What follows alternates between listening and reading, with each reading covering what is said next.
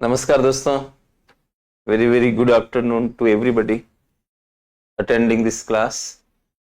मित्रों, कल की क्लास में हमने विधिवत रूप से अपना चैप्टर शुरू कर दिया था। राष्ट्रीय आय और उत्पाद का चैप्टर हम लोगों ने शुरू किया था और उसमें हमने कुछ बातें भी जानी थी, जैसे कि इकोनॉमी का मतलब क्या होता है, माइक्रो किसको कहते हैं, मैक्रो किसको कहते हैं, इस तरह की बातें भी हमने सीखी थी। हालांकि इस तरह की चीजें तो यूपीएससी नहीं पूछती है कि इकोनॉमी किसको कहते हैं, मैंने बोला भी था आपको। लेकिन एक इकोनॉमी में भौगोलिक क्षेत्र के बारे में हम बातचीत करते हैं। उसमें अलग अलग तरह के संसाधन होते हैं। संसाधनों को आप इंग्लिश में रिसोर्सेज कहते हो या फैक्टर्स भी कहा जाता है, राइट। ये अलग अलग संसाधन होते हैं जिनसे हम वस्तु सेवा का प्रोडक्शन करते हैं, वस्तु सेवा पैदा करते हैं, राइट। और ताकि लोगों को उनका वितरण करें हम लोग, और लोगों को जब उनकी इच्छा के अनुसार चीजें मिलेंगी, आवश्यकता पूरी होगी उनको, तो उनको एक अच्छा एहसास होगा कि उनकी जरूरत पूरी हो रही है। जब हमें ये अच्छा एहसास होता है कि अच्छा लग रहा है हमें, तो इसको हम वेलफेयर बोलते हैं, कल्याण बोलते हैं। इकोनॉमिक्स में कल्याण का मतलब यही है कि आपको किसी चीज का उपभोग करने से अच्छा लगे, तो आपको आर्थिक कल्याण की प्राप्ति हो रही है। और कल्याण कई प्रकार के होते हैं। सामाजिक कल्याण भी होता है, देखा जाए तो सोशल वेलफेयर होता है, पॉलिटिकल वेलफेयर भी होता है। संदर्भ अलग अलग हो जाते हैं तो उसके मतलब बदल जाते हैं। सोशल वेलफेयर में समाज में आपको मान्यता मिले, समाज आपकी पहचान करे, समाज आपको रिकॉग्नाइज करे, कोई सामाजिक पद मिल जाए तो आपको अच्छा महसूस होता है। समाज में समानता आपके साथ हो, आपका आदर हो, तो आप कहेंगे कि आपको अच्छा लग रहा है, वो सामाजिक कल्याण है। पॉलिटिकल वेलफेयर के अंदर आपको मताधिकारों से उसकी बेसिकली शुरुआत मैं अपनी नजर में मानता हूँ आर्टिकल 326 वगैरह जो भी आप लोग पढ़ते हो। जब हम फर्स्ट टाइम वोट डालते हैं तो हमें बहुत अच्छा महसूस होता है, या फिर बाद में भी वोट डालते हैं तो अच्छा लगता है, क्योंकि कई लोग हमारे को आके मिलते हैं कि हमें वोट दीजिए, राइट। और ग्रेजुअली मान लीजिए आप किसी पार्टी के मेंबर बन जाते हो, उसका कोई पद मिल जाता है, प्राइम मिनिस्टर बन जाते हो, ये सब पॉलिटिकल वेलफेयर बन जाता है। तो अलग अलग तरह के वेलफेयर होते हैं। इकोनॉमिक्स में इकोनॉमिक वेलफेयर की बात होती है, जहां आपको उपभोग से संतुष्टि मिलती है। और उपभोग करने के लिए दोस्तों उत्पादन तो होना ही चाहिए, कोई चीज मिलनी चाहिए आपको। बिना प्रोडक्शन के आप उपभोग कैसे करोगे? तो इसकी एरिया बड़ी हो जाती है कि इकोनॉमिक वेलफेयर में हम प्रोडक्शन भी शामिल कर सकते हैं। अच्छा, आप उपभोग करोगे सामान खरीदने के लिए, तो आपको इनकम भी होनी चाहिए। तो इस तरह से ये उत्पादन, आय, वितरण, इस तरह की चीजें, उपभोग, ये सब इकोनॉमिक वेलफेयर का पार्ट बन जाते हैं। फिर इकोनॉमी के अंदर हम इसी तरह की चीजों को देखते हैं। और माइक्रो एक होता है, मैक्रो एक होता है। माइक्रो में आप किसी एक उपभोक्ता, एक उत्पादक, इसी तरह के लोगों को पढ़ते हो, एक को पढ़ते हो, और एक के लिए जो आप समझते हो उसको आप लागू करते हो समष्टिगत स्तर पर, और वहां पढ़ाई करते हो। जब हम माइक्रो पढ़ते हैं तो एक कंपनी क्या उत्पादन कर रही है, एक को लेते हैं। जब देश को पढ़ते हैं तो वही चीज जीडीपी बन जाता है। अगर हम इस मार्केट की प्राइस की बात करें, माइक्रो इकोनॉमिक्स, कई वस्तुओं की औसत कीमत की बात करें, जिसको आप इन्फ्लेशन कहते हो, मैक्रो बन जाता है, समष्टिगत चीज बन जाती है। रोजगार भी एक देशीय मुद्दा है, पूरे देश से रिलेटेड है, तो रोजगार को भी समष्टिगत मुद्दा कह सकते हो, मैक्रो इकोनॉमिक्स कह सकते हो। इस तरह की बातें हमने पिछली वाली कक्षा में की थी। और फिर बाद में हमने जीडीपी का कॉन्सेप्ट लिया था, और जीडीपी में हमने कुछ बातों को समझा था कि एक देश की घरेलू सीमा के भीतर, तो इस तरह से हम एक सीमा बना ली हमने, जैसे कि इस तरह एक सीमा बना दी हमने। कई बार बच्चे कुछ टेस्ट सीरीज में भी ऐसे सवाल डाल देते हैं जो बहुत बारीकी वाले होते हैं। यूपीएससी वैसे प्रश्न नहीं करती है, घरेलू सीमा में क्या आएगा, राइट, इस तरह की बातें।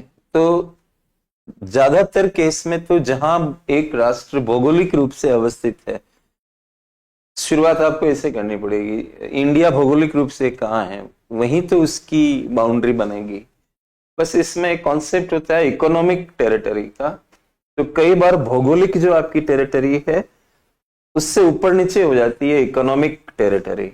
इसमें प्रशासनिक कंट्रोल देखा जाता है, इस सरकार का प्रशासनिक कंट्रोल किस एरिया पे हो रहा है, मतलब। तो हमारे राजदूत कार्यालय, ये मैं एक्स्ट्रा बात कर रहा हूं, मैंने कल की क्लास में नहीं करी थी ये बात, लेकिन मन में सवाल रहते हैं कई बच्चों के कि इस तरह की चीजें वो जानना चाहते हैं। एज ए टीचर हम लोगों को इस बारे में पता होता है कि रेंज क्या लेनी चाहिए क्लास में, उस हिसाब से क्लास चलती है। और मैं बार बार आपको ये कह रहा हूं कि 20 सवाल अगर यूपीएससी करती है इकोनॉमिक्स में, तो आप 20 में से 20 सही करने की टारगेट मत बनाओ। 20 में से 10-12 तक आप चले जाओगे, कट ऑफ से भी ऊपर जाओगे आप, आराम से प्रीलिम्स हो जाएगा आपका। और आप चाहे बहुत प्रयास करें कि 20 में से 20 मैं कर लूं और बहुत कुछ पढ़ लेते हो उसके लिए, तो भी गारंटी नहीं है उस चीज की कि आप 20 में से 20 कर ही लोगे।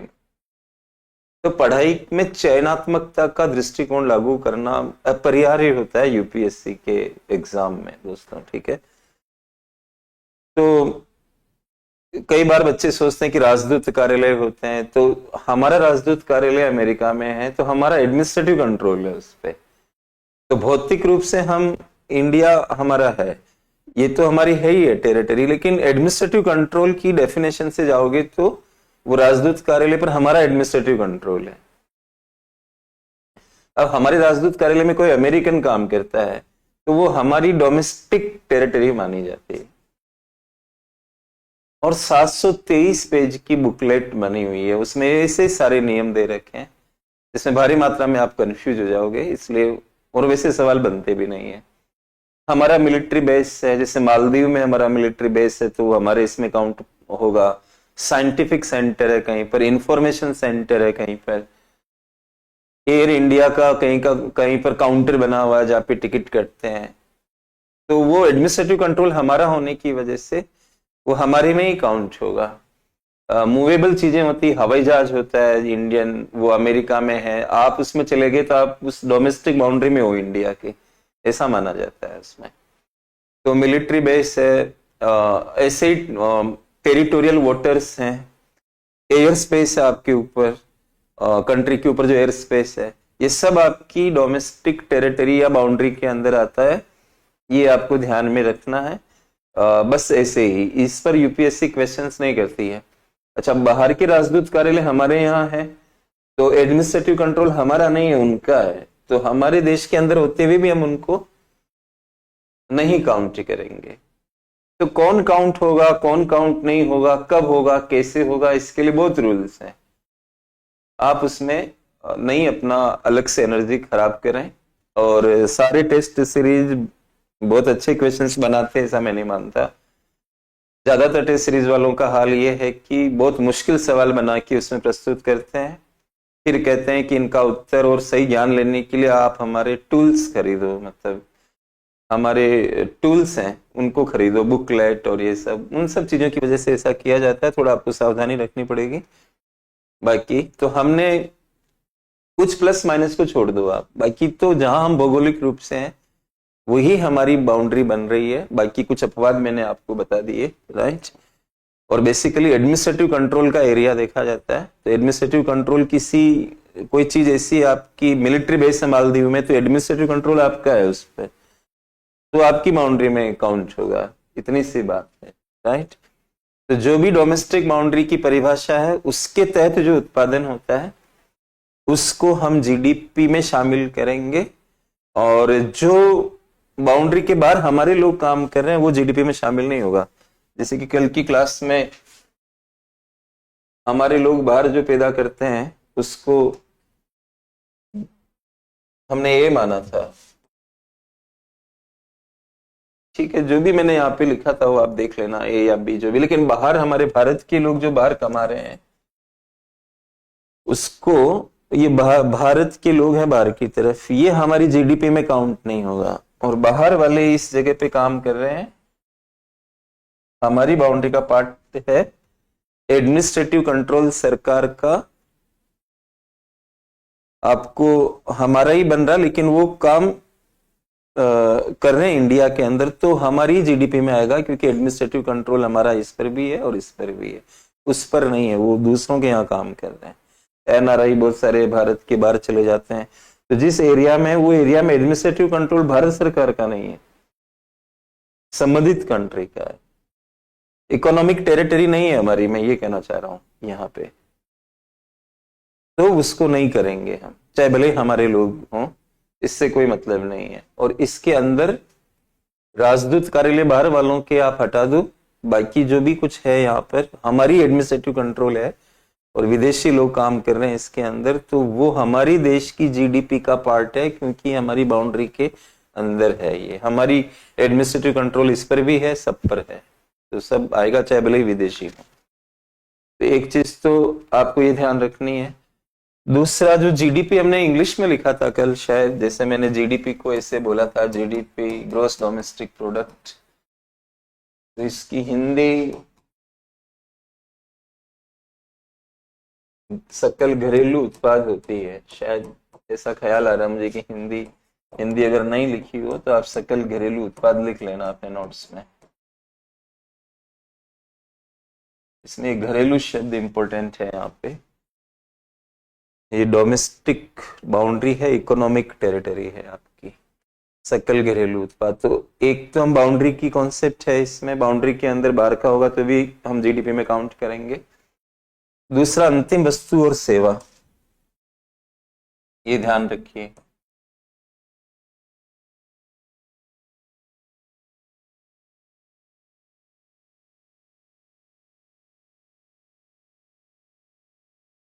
इनके आगे एक विशेषण लग रहा, अंतिम, वस्तुएं अंतिम प्रकार की हो, सेवा भी अंतिम प्रकार की हो, राइट। जैसे अंतिम वस्तु का एक एग्जाम्पल मैं उठाऊं, स्मार्टफोन,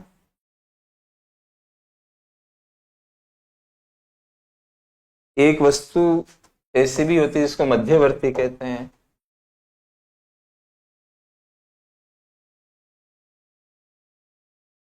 स्मार्टफोन के सेंस में उसके पार्ट्स क्या होंगे, पार्ट्स ऑफ स्मार्टफोन,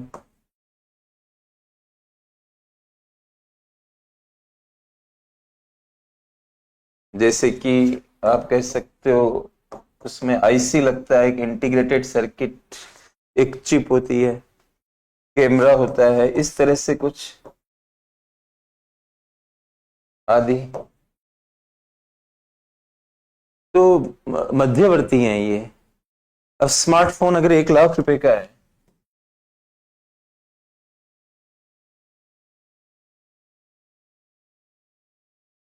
और मान लीजिए इसमें आईसी 20,000 रुपए की है, कैमरा 20,000 रुपए का है, और भी सामान है जिनको मैं नहीं लिख पा रहा हूं,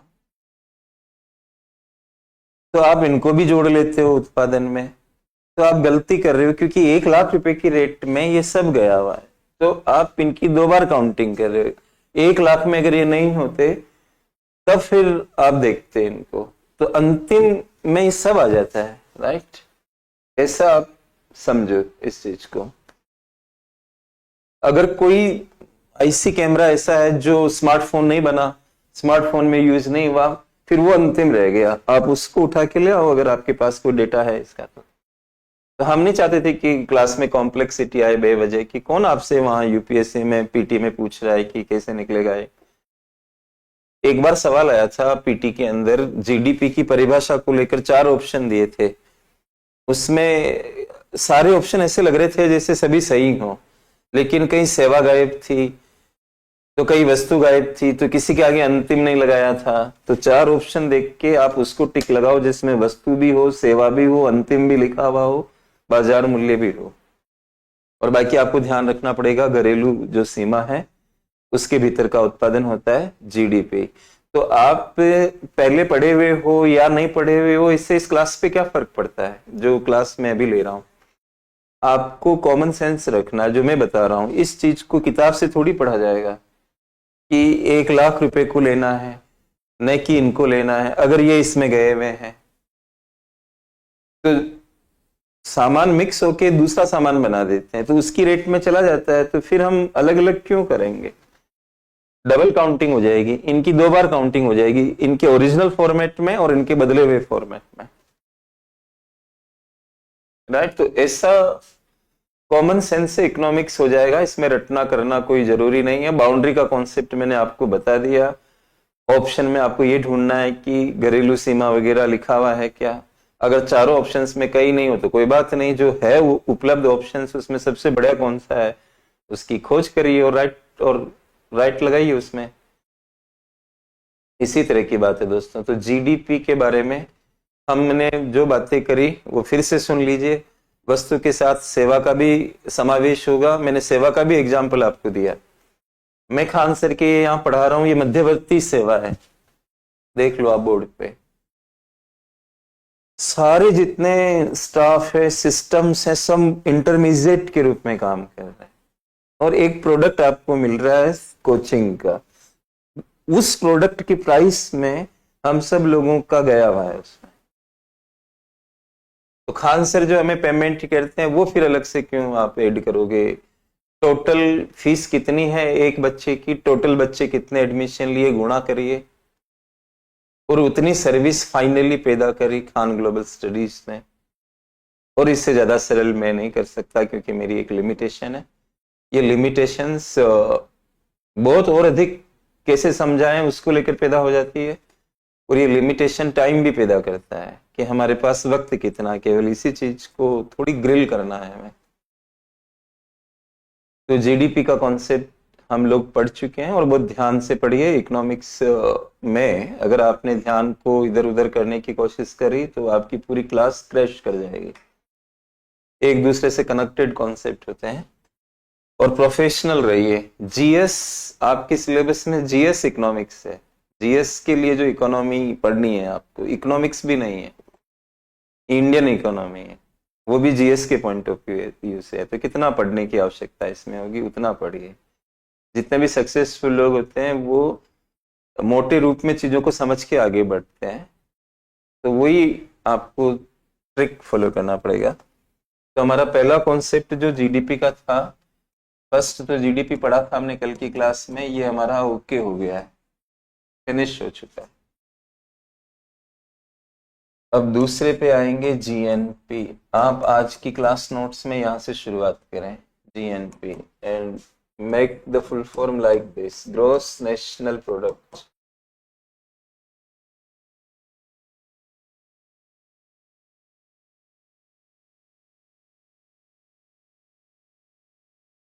ऐसे यहां से शुरू आज आपकी क्लास, राइट। और हिंदी रूपांतरण करिए सकल राष्ट्रीय उत्पाद। अब ये वर्ड राष्ट्रीय आ गया है।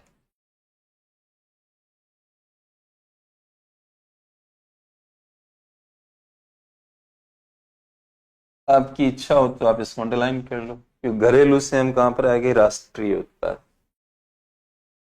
तो इसका सूत्र बनाएंगे हम लोग, उसके इसमें परिभाषा नहीं होगी, सूत्र बनेगा। पहले सूत्र बनाते हैं, इंग्लिश में लिखेंगे, फिर बाद में हिंदी देखी जाएगी। आप ऐसा एरो बनाएं।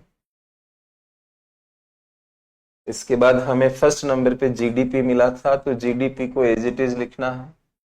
यहाँ पे इसी में प्लस माइनस होता है, तो जीडीपी प्लस, इंग्लिश में लिख रहा हूं मैं, हिंदी में कर दूंगा, नेट फैक्टर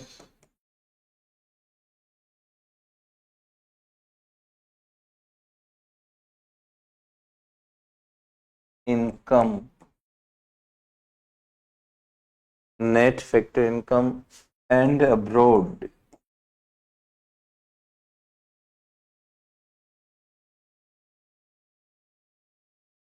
चिंता नहीं करें, सब होगा, धीरे धीरे आप समझने लगोगे।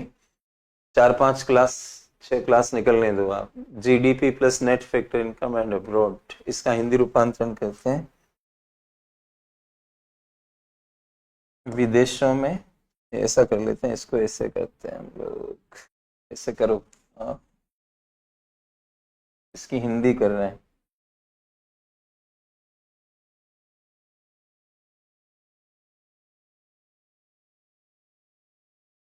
विदेशों में अर्जित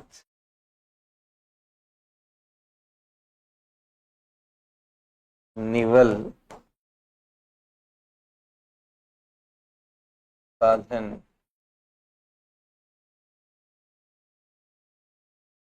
विदेशों में अर्जित निवल साधन आय।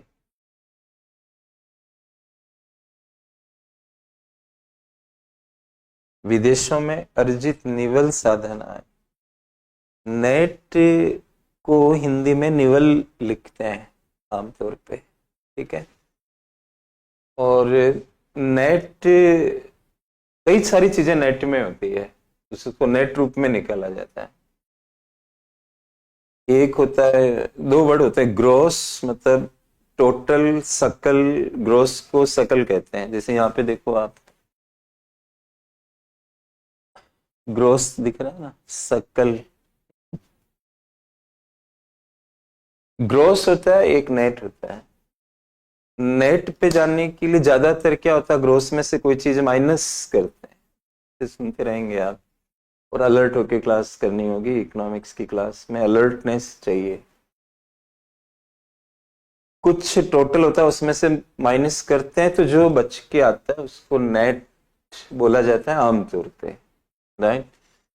जैसे आप इसको ऐसे समझें कि कोई भी बिजनेस फर्म है, कोई भी व्यवसायिक संस्था है, उसने कितने का माल बेचा, जिसको हम गांव की भाषा में कहते हैं ना, कितने का गल्ला हुआ, कितना माल बेचा, वो जो अमाउंट आ रही है माल को बेचने से, इसको आप कह सकते हो ग्रोस इनकम। सकल कितने का गल्ला उठा, इसको आप एक जगह पे रख दो, माना कि 100 रुपए का गल्ला उठा, 100 रुपए का माल बेचा, टोटल मिला के। कोई 1 रुपए का बेचा, कोई 10 का बेचा, कोई 20 का, इस तरह से। वो आप एक साइड में रख दें। फिर आपको ये देखना है कि उस बिजनेसमैन या बिजनेस वाला जो व्यक्ति है, उसके खर्चे कितने हो रहे हैं। आपने अलग अलग खर्चे निकाले, खर्चे हुए 50 के, तो खर्चे 50 का, टोटल पैसा आया 100 का। नेट में कितना उसकी इनकम हुई, 100 में से उसका खर्चा माइनस कर दिया जो कि 50 है, ये उसकी नेट इनकम है। आगे चलकर एक कॉन्सेप्ट एनएनपी भी पढ़ाऊंगा आपको। तो नेट पर आने के लिए मेरी नेट इनकम में निकालूं, तो मेरे को खान ग्लोबल स्टडीज और अन्य जगहों से, खेती बाड़ी भी है मेरी राजस्थान में, दूसरे भी इनकम हो सकते हैं। बैंक में एफडी से ब्याज आ सकता है, शेयर मार्केट के अंदर है तो आपको मुनाफा कंपनियां देती है, वो आ सकता है। सारी इनकम को एक तरफ रख दिया, इसको हम कहेंगे ग्रोस, और खर्चे माइनस कर देंगे तो नेट। खेती से रिलेटेड खर्चे, मेरे पढ़ाने से रिलेटेड खर्चे, मैं वही खर्चे माइनस करूंगा जो मेरी इनकम कमाने से जुड़े हुए हैं। घर के खर्चे नहीं, मतलब घर के खर्चे तो आप कुछ भी करो ना। तो बिजनेस रिलेटेड, इनकम रिलेटेड खर्चे जो भी होंगे उनको माइनस कर दूंगा, वो मेरी नेट इनकम होगी। अब उस नेट इनकम को मैं जो चाहूं इस्तेमाल करूं। कोई टैक्स बनता है तो टैक्स दूंगा, फिर बच जाएगी। उसके बाद बचत उपभोग जैसा मेरा मन है। तो नेट पे जाने के लिए साधारण बात यह है कि कोई चीज माइनस करनी पड़ती है। यहां पर भी नेट आ रहा है, मैं नेट वर्ड को समझा रहा हूं। कोई कोई चीज माइनस होगी, क्या माइनस होगी वो तो मैं बता दूंगा आपको। दूसरा बात इस पे आपको ध्यान रखना है, फैक्टर इनकम। एक जो साधन आय, ये शब्द इंपॉर्टेंट आ रहा ना यहाँ पे। साधन आय का मतलब क्या है, जो साधन कमाते हैं।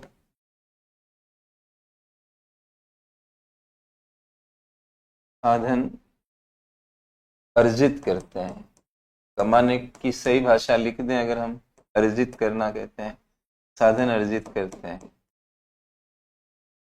ऐसी आय। और साधन में दो साधन ज्यादा फेमस होते हैं विश्व को लेकर। एक को आप श्रम कह सकते हो, एक को आप पूंजी कह सकते हो। विदेशों के संदर्भ में दो साधन बहुत फेमस रहते हैं, क्योंकि दोनों ये बॉर्डर क्रॉस कर सकते हैं। लेबर बाहर जा सकता है, बाहर का अंदर आ सकता है, पूंजी बाहर जा सकती है, बाहर से यहाँ आ सकती है। तो आप ऐसे समझो कि साधन आय के बारे में बात हो रही है, वस्तु की बात नहीं हो रही है, साधनों की हो रही है। उनको निवल में निकालना है, पहले नेट निकालना है। तो मैं भारत को ध्यान में रखकर इसका फॉर्मूला भी बना रहा हूं, भारत को ध्यान में रखकर। तो आप इसके नीचे भी ऐसे बना लो, और इसका सूत्र मैं दे रहा हूं भारत के संदर्भ में। भारतीय साधनों द्वारा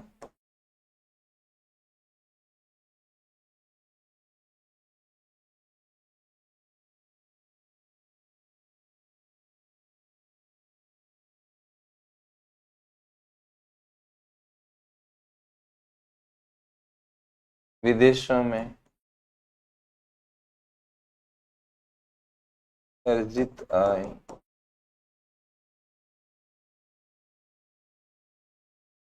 हम इसका एक निशान भी बना लेते हैं, एक सिंबल बना लेते हैं, ब्रैकेट में आप इसको ए लिखते हैं, ताकि भविष्य में हम एक छोटा सूत्र बना लेंगे। भारतीय साधन विदेश में कमाते हैं टोटल, उसको हम कह रहे हैं ए।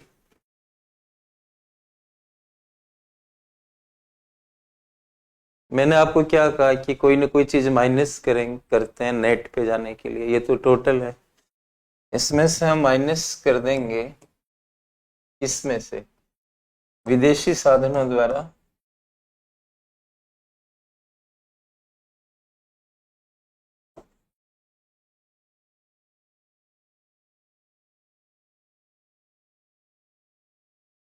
भारत में अर्जित आय।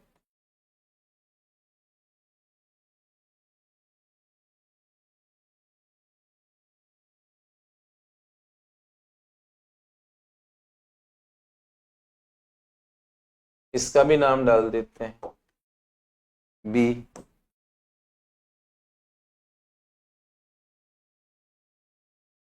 उतना ही पढ़ना जो मैं क्लास में ले रहा हूं, बहुत चीजें हैं राष्ट्रीय आय के अंदर। अलग अलग परीक्षाओं में अलग अलग कॉन्सेप्ट के महत्व होता है। CAPF वगैरह की परीक्षाएं दोगे तो इसमें एक पर्सनल इनकम, प्राइवेट इनकम, इस तरह के बहुत सारे कॉन्सेप्ट्स हैं। मैं 7 या 8 कॉन्सेप्ट लूंगा आपकी क्लास में, वही UPSC में पूछे जाते हैं या पूछे जाने की संभावना होती है, उन्हीं पे रहे आप। मटेरियल्स तो बहुत सारे होते हैं मार्केट में, बहुत कुछ पढ़ाया जाता है, लेकिन सब कुछ नहीं पढ़ना होता है, कुछ छोड़ना भी होता है। ये सूत्र बन गया एक तरह से। अब आप क्या करो, पैराग्राफ चेंज करके ये जो आपने लिखा हुआ है यहां से कहीं लिखो आप इस प्रकार, ऐसे लिखो आप इस प्रकार, और फिर डैश लगा दो। GNP is equal to GDP plus A minus B।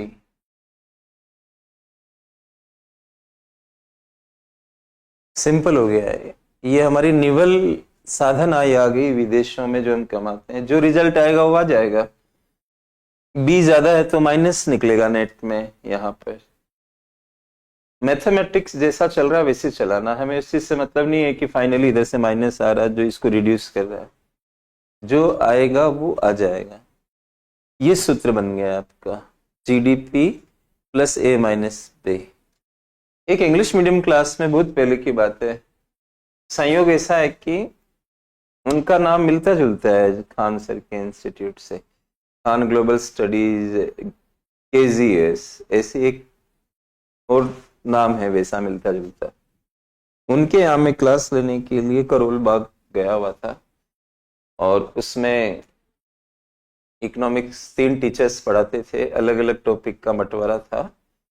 और मेरे पास ये टॉपिक नहीं था, मेरे पास विदेशी क्षेत्र, FDI, पोर्टफोलियो इन्वेस्टमेंट, विनिमय दर, आयात निर्यात, ये WTO, वर्ल्ड बैंक, IMF, बाहर की जो इकोनॉमिक्स होती है इंडिया के कॉन्टेक्स्ट में, वो वाले टॉपिक्स थे। लेकिन मैं जैसे क्लास में गया तो एक स्टूडेंट ने मेरे से कहा कि सर जीडीपी और जीएनपी में कितना डिफरेंस होता है, कितना बड़ा अंतर होता है। तो मैंने कहा ये टॉपिक तो मेरा नहीं है, आप मुझे क्यों पूछ रहे हो, क्योंकि फिर टॉपिक का एनक्रोचमेंट हो जाएगा। दूसरे जो टीचर्स है वो कहेंगे कि रामेश्वर सर ने इसमें क्यों बातचीत की, ये तो टॉपिक हमारा है।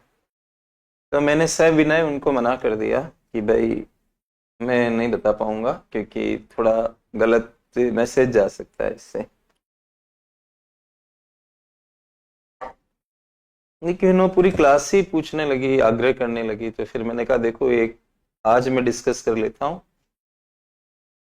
ताकि आगे से आप फ्यूचर में मेरे ही टॉपिक्स पे बातचीत आप करोगे, जो टॉपिक्स मैं नहीं पढ़ाता हूँ वहाँ आप मेरे से सवाल नहीं करोगे।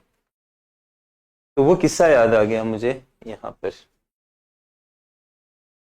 देखो, अगर आप, उन्होंने पूछा जीडीपी जीएनपी में बहुत ज्यादा फर्क है, किस तरह का फर्क है, आप खुद देख लो। अगर मैं जीडीपी को हटा दूं यहाँ तो जीएनपी की क्या सत्ता रह जाएगी। ये तो छोटी मात्रा में होते हैं, ए माइनस बी जो भी वैल्यूज होती हैं। अच्छा, ये अगर कांस्टेंट हो, मैथमेटिक्स के हिसाब से अगर ये कांस्टेंट हो, तो जीडीपी बढ़ने के साथ जीएनपी भी बढ़ेगा। तो कहाँ इतना फर्क आ रहा है। और एक और बात है कि इसमें आप राष्ट्रीय वर्ड लगा रहे हो, तो एक देश का राष्ट्रीय उत्पादन मुख्य रूप से तो घरेलू सीमा में ही होता है ना। तो घरेलू सीमा वाली कॉन्सेप्ट कौन है, जीडीपी है। तो इस तरह से आप चीजों को केवल फॉर्मूला नहीं, मतलब इसके संदेश भी समझो आप, राइट। इसलिए हम कहें कि बहुत फर्क होता है, ऐसा नहीं है। जीडीपी कोर होता है, जीडीपी के बिना इसकी सत्ता नहीं है। अगर आप ये कहते हो y is equal to X plus this that, तो y की डिटर्मिनेशन x से हो रही है, राइट। फिर यहां से लिखिए, इससे एक चित्र की सहायता से दिखाया जा सकता है।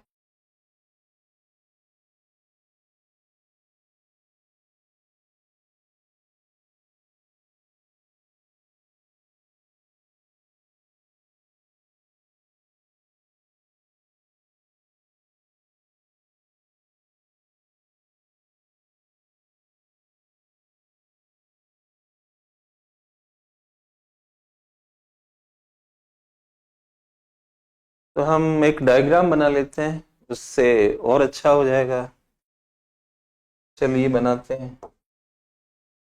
कल की क्लास जैसा ही एक फिगर देखते हैं हम लोग।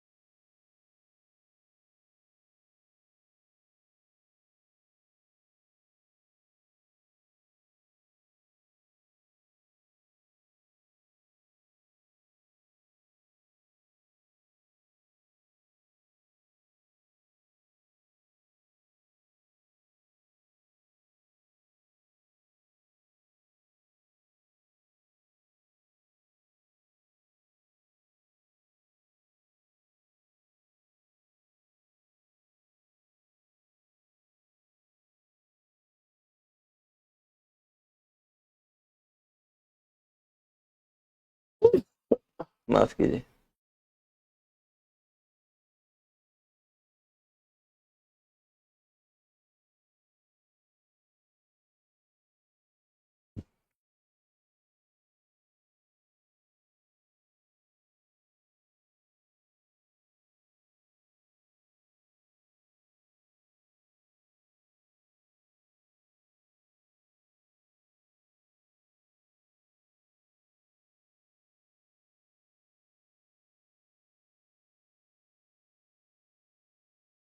मान लीजिए मैं इसको बी कहता हूं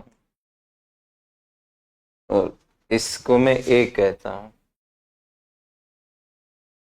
ए का मतलब क्या है और बी का मतलब क्या है हम ऑलरेडी लिख चुके हैं। यहाँ पर और इस जगह पे ये सब पहले से लिख चुके हैं इनका मतलब। ठीक है, अब आप एक देश की जीडीपी निकालोगे इस देश की, तो ये जो लाल कलर दिख रहा है ये तो है ही बी, विदेशी साधन हमारे यहाँ जो भी कमा रहे हैं। और भारत जैसे राष्ट्रों में विदेशी साधन मुख्य रूप से पूंजी के रूप में आता है। आपने नाम सुना होगा एफडीआई, फॉरेन डायरेक्ट इन्वेस्टमेंट। अब वॉलमार्ट नाम की कंपनी ने भारत की एक कंपनी फ्लिपकार्ट, जो आपको फ्लिपकार्ट से आप सामान लेते हो, दिखने में घरेलू कंपनी लगती है, वो घरेलू नहीं है। इसका सही स्वामी इस समय वॉलमार्ट है। तो वो पूंजी लेके आए, पूंजी एक साधन है। वो साधन कौन सी इनकम कमाता है? प्रॉफिट के रूप में। पूंजी को नहीं जोड़ लेना है, श्रम को नहीं जोड़ना है, वो जो कमाते हैं उसकी बात हो रही है, राइट। तो विदेशी साधन हमारे यहाँ क्या कमा रहे हैं, साधनों को नहीं जोड़ना है, राइट। तो लाल वाला एरिया अगर मैं यहाँ पे जेड लिख दूं,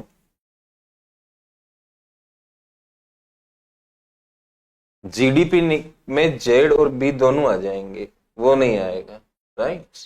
और जीएनपी में क्या होगा, वो हम हमारे साधन जो कमाते हैं उसको प्लस करना है, बाहर जो कमाते हैं उसको प्लस करना है। तो मैंने यहाँ पे प्लस कर दिया, ये ए इसमें जुड़ रहा है लेकिन इसको हटाना होगा।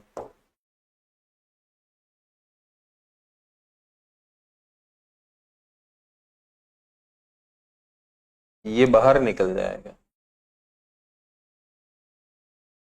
और बाहर निकलने को माइनस कह सकते हैं, ये एरो माइनस हो रहा है। और इसको नीचे से अगर हम ऐसे समझते हैं समग्रता में, तो ये बन जाता है जीएनपी। अच्छा, आपने सूत्र क्या लिखा था? GNP is equal to GDP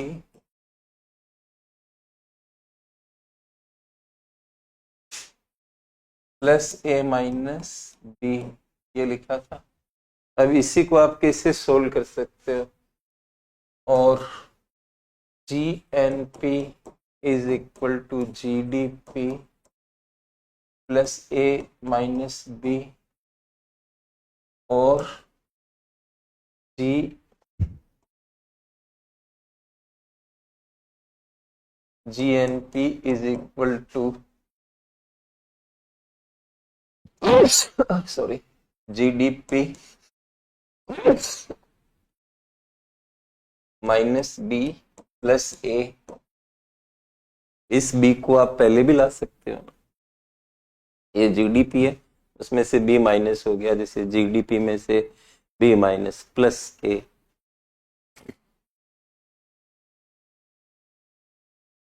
तो कोई इश्यू नहीं है इस जगह पे। डी हटके टेरिटरी की कॉन्सेप्ट है आपकी, टेरिटरी, इकोनॉमिक टेरिटरी। सिंपल बता रहा हूं, जिस टेरिटरी पर आपकी एडमिनिस्ट्रेटिव कंट्रोल है। राजदूत कार्यालय आपके यहाँ होते हैं लेकिन कंट्रोल आपका नहीं होता है। ऐसे ही आपके राजदूत कार्यालय बाहर होते हैं, एडमिनिस्ट्रेटिव कंट्रोल आपका होता है, उनका नहीं होता है। मिलिट्री बेस आपका है, एडमिनिस्ट्रेटिव कंट्रोल आपका है। इंफॉर्मेशन सेंटर आपका है, कंट्रोल आपका है। साइंटिफिक सेंटर आपका है, कंट्रोल आपका है। अंटार्कटिका मिशन आपका है, कंट्रोल आपका है। उस हिसाब से आप उसको देख सकते हो।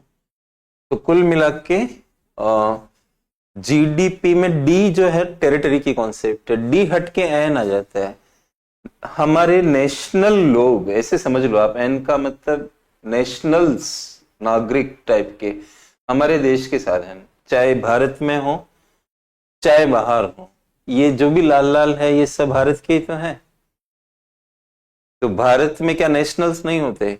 है ही, ये नहीं है नेशनल्स, तो इसको माइनस कर दिया। बाहर है तो उनको प्लस कर दिया, नेशनल कॉन्सेप्ट बन जाता है और बाउंड्री से आप मुक्त हो जाते हो।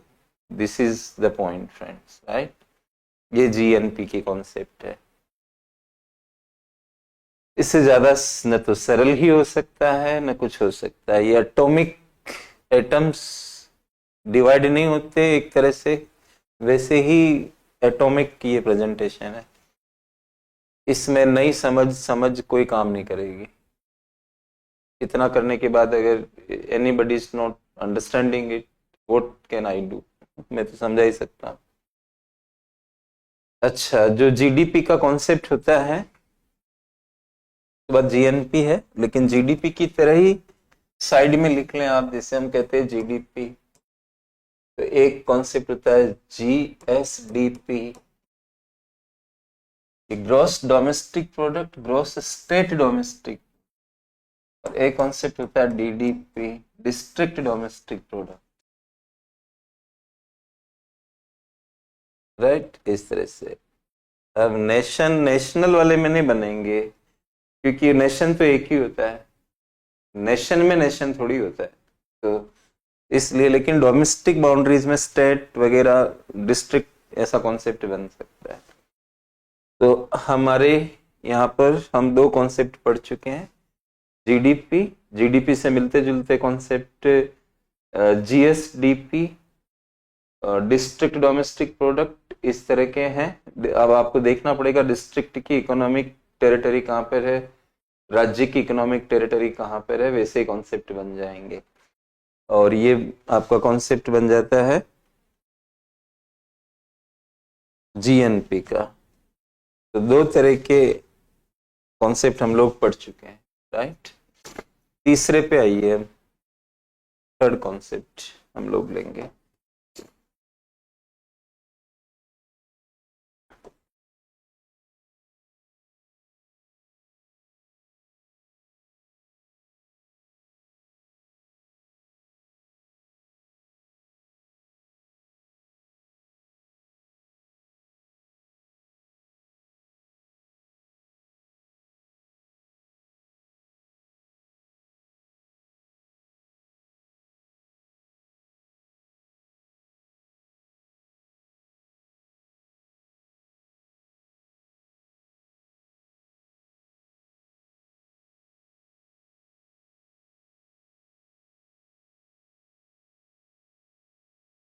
नेट नेशनल प्रोडक्ट, निवल राष्ट्रीय उत्पाद।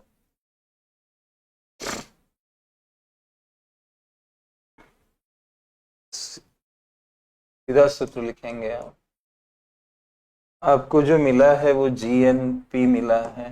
अब यहाँ भी नेट वर्ड आ गया ना कोई चीज माइनस होती है, तो यहाँ पर आप लिखिए इंग्लिश में एक बार, माइनस डेप्रीशिएशन। इंग्लिश में एक बार लिखिए डेप्रीशिएशन। डेप्रीशिएशन को हिंदी में कई नामों से पुकारा जाता है। मूल्यह्रास फेमस नाम है इसका।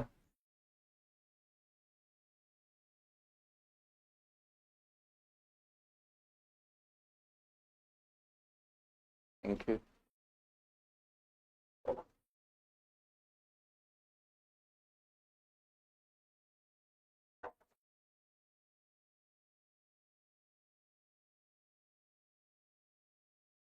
इसी का एक और नाम है अपकर्ष।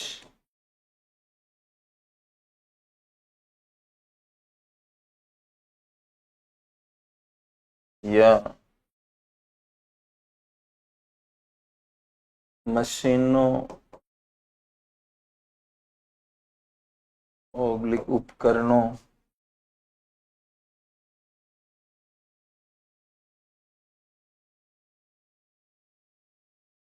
की गिरावट का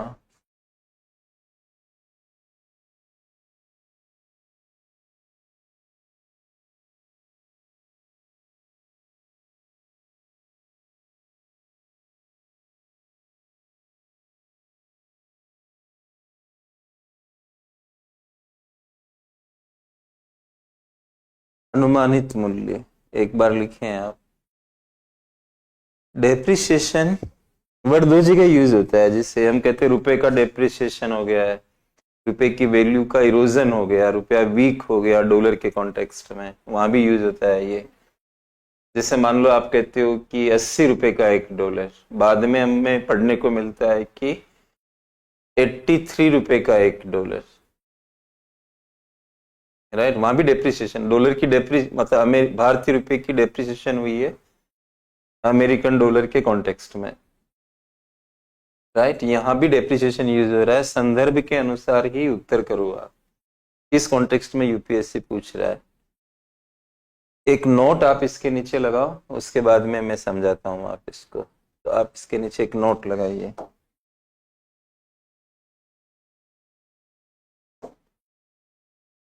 देखिए, गिसावट एक प्रकार का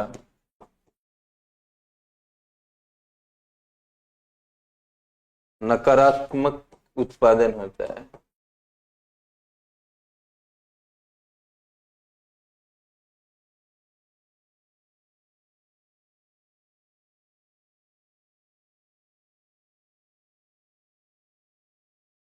होता है, आगे लिख लें, गिसावट एक प्रकार का नकारात्मक उत्पादन होता है, इसलिए इसे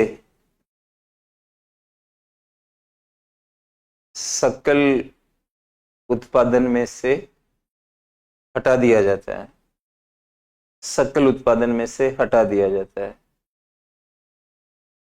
ताकि ये पता लग सके, कि निवल रूप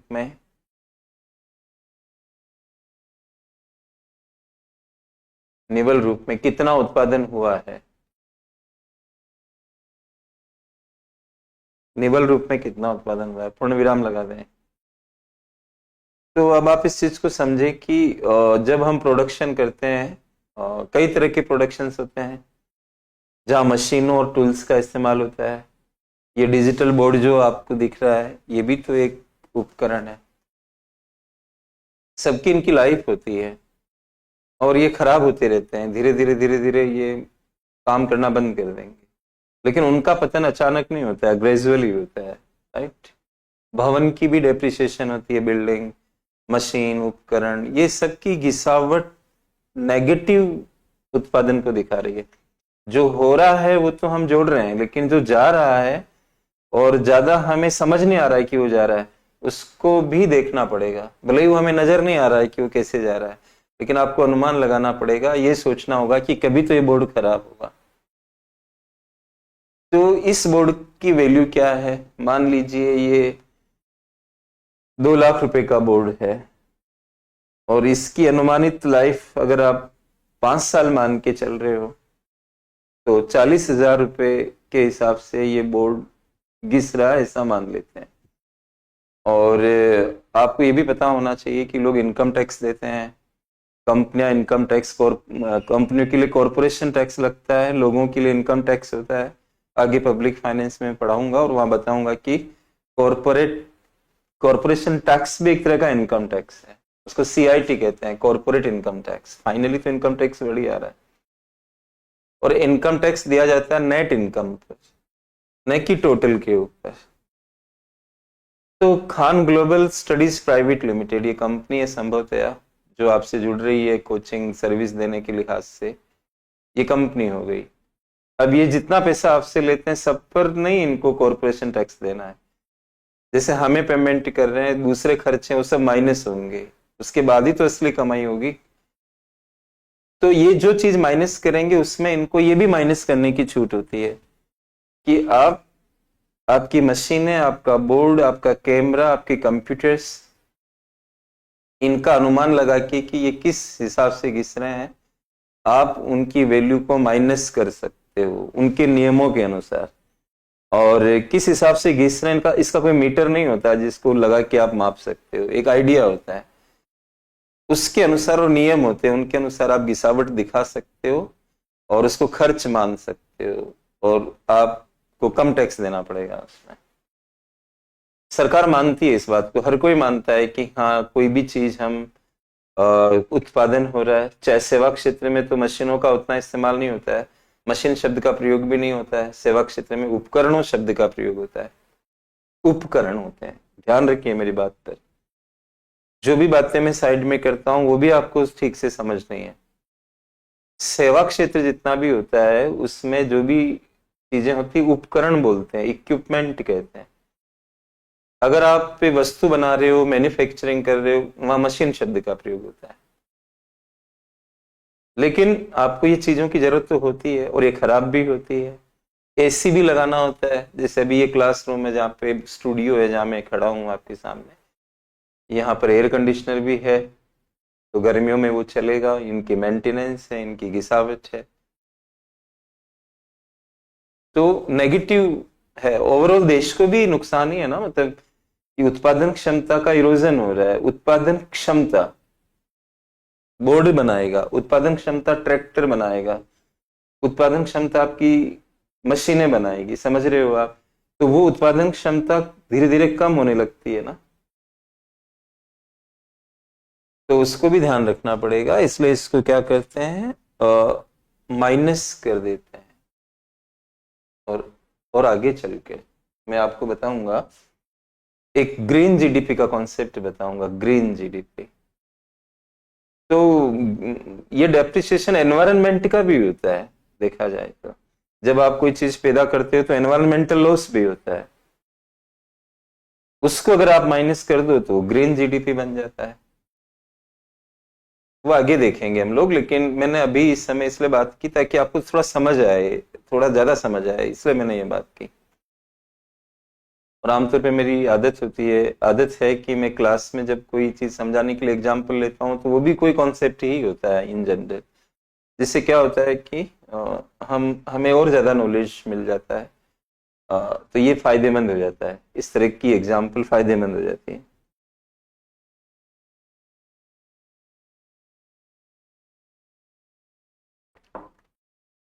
बहुत ज्यादा थोड़ी पढ़ना है, थोड़ा एक विचार पकड़ना है दोस्तों। आपको जीएस के लिहाज से विचार प्रधान है ये।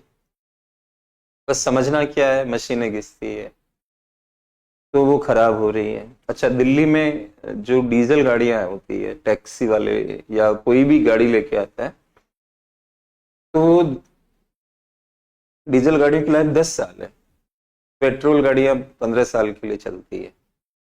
अब एक व्यक्ति टैक्सी के लिए गाड़ी लेके आया, 10 लाख रुपए साल के कमाता है, इसे मान लो आप सारे खर्चे निकाल के, एक खर्च भूल जाता है वो, कि धीरे धीरे उसकी गाड़ी भी खत्म हो रही है, मतलब। और 10 साल बाद तो वो चला भी नहीं सकता उसे, और 10 लाख की गाड़ी लेके आता है। तो उसको क्या करना चाहिए, 1 लाख रुपए गाड़ी के मान लेने चाहिए हर साल। तो 10 लाख कमाता है तो 1 लाख माइनस कर ले, क्योंकि उसकी गाड़ी भी जा रही है। वो कितना भी सही रखेगा उसे तो भी 10 साल बाद नहीं चला सकता। ज्यादा समझदार है अगर, तो वो क्या करेगा, 10 लाख की इनकम में से 1 लाख रुपए हर साल एक बैंक खाते में डालता जाएगा। इसको कहते हैं प्रोविजन करना, प्रावधान करना। उसमें डालता जाएगा तो 10 साल बाद 10 लाख रुपए इकट्ठे हो जाएंगे, प्लस ब्याज भी इकट्ठा हो जाएगा। थोड़ा बहुत ही कोई महंगाई ज्यादा होगी तो मिलाना पड़ेगा, बाकी तो उसको नई गाड़ी आ जाएगी और कुछ जोर भी नहीं आएगा उसको। तो ये थीम होती है एनएनपी के अंदर। तो इसमें कुछ नहीं करना है, राष्ट्रीय उत्पाद में से, अच्छा हम चाहे तो एनएनपी की तरह एनडीपी भी बना सकते हैं। एक कॉन्सेप्ट एनडीपी का भी होता है। जीडीपी में से सीधा ही, जीएनपी पे मत जाओ, जीडीपी में से सीधा ही मशीनों की घिसावट हटा दो तो बच जाएगा एनडीपी, नेट डोमेस्टिक प्रोडक्ट। वो साइड में आप ध्यान रख सकते हो, मेरी तो एक सीक्वेंस चल रही है, जीडीपी फिर जीएनपी फिर एनएनपी। मैं एक सीक्वेंस में आपको पढ़ा रहा हूं इस समय।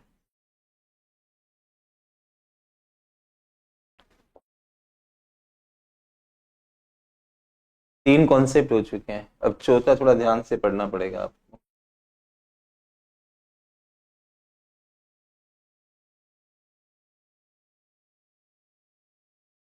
चौथा आप ऐसे लिखो, NNP और FC पे लगाओ नीचे की तरफ।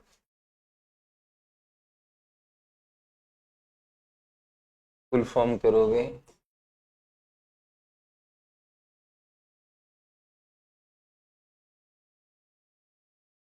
Net national product.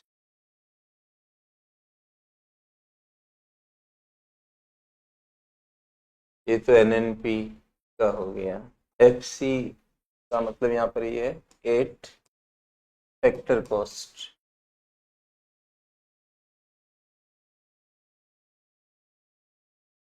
इसको अंडरलाइन कर दो आप, इसको भी ले लो इसमें 8 फैक्टर कॉस्ट। इसका अर्थ क्या बना? साधन लागत पर।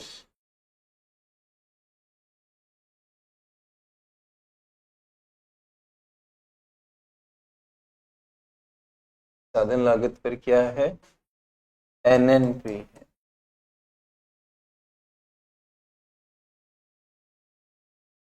नेट नेशनल प्रोडक्ट किस पर है? मार्केट प्राइस पे नहीं है, साधन लागत पर है।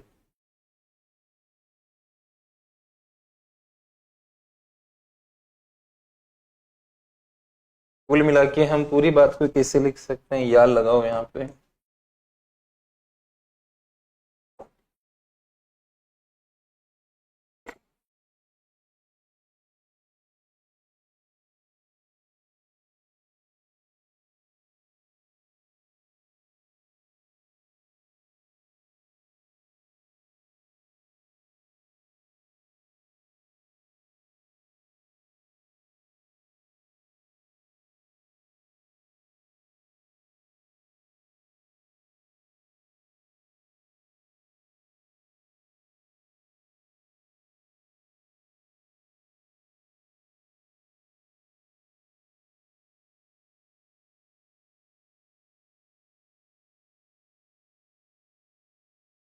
इसका एक सूत्र है, वो लिख लेते हैं, थोड़ा ध्यान से आप समझेंगे और इसकी फिलोसफी को समझने पे ज्यादा ध्यान दें कि ये साधन लागत पे इसको क्यों निकाल रहे हैं, साधन लागत क्यों जानना चाह रहे हैं। मतलब देश का उत्पादन बाजार मूल्यों पे निकला हुआ है, थोड़े बहुत प्लस माइनस किए हुए हैं, लेकिन बाजार मूल्यों पे निकला हुआ है।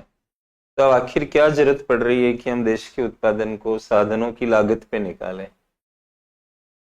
आगे विस्तार से बात करूंगा, लेकिन फिलहाल आप इस बात को जान लें कि साधन लागत ही साधनों की इनकम होता है।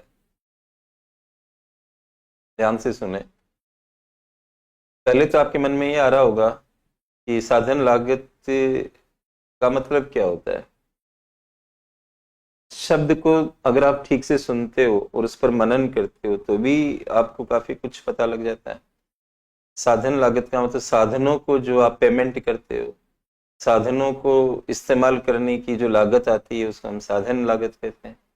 जैसे ये मार्कर मैं बनाता हूँ, तो ये मार्कर बनाने के लिए जो मैं साधन इस्तेमाल करता हूँ उनको मैं क्या पेमेंट करता हूँ, ये मेरी साधन लागत हुई। राइट। साधन लागत ही साधनों की इनकम होता है। अगर रामेश्वर उसकी पेमेंट कर रहा है तो ये मेरा पक्ष है ना। जिनको पेमेंट मिल रहा है उनका पक्ष क्या है?